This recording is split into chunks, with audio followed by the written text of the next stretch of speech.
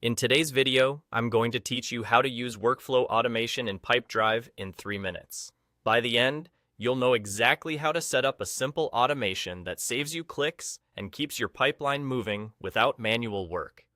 Start by opening Pipedrive and navigating to the Automations area.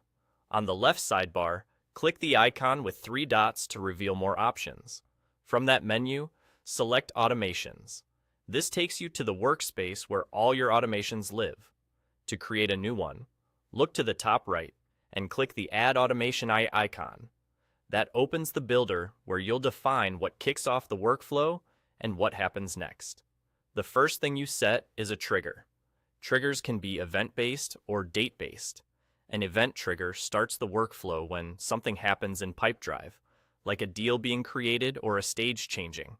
This is great for reacting immediately to user actions. A date trigger runs around a specific date or time, such as a deal's expected close date or a custom date field. Use this when timing is important, regardless of someone taking action. Once you've added a trigger, you can build the next step in the workflow. Here's where conditions help you control exactly who and what qualifies. Instant conditions check facts right away, such as whether a deal value exceeds a certain amount. If tal else, conditions split the path, so different things happen depending on your criteria, which is helpful for tailoring actions to different scenarios. Wait for conditions, pause the workflow until something becomes true, such as a field being updated. You can also insert delays to space out your steps by minutes, hours, or days, which helps avoid overwhelming your team or customers.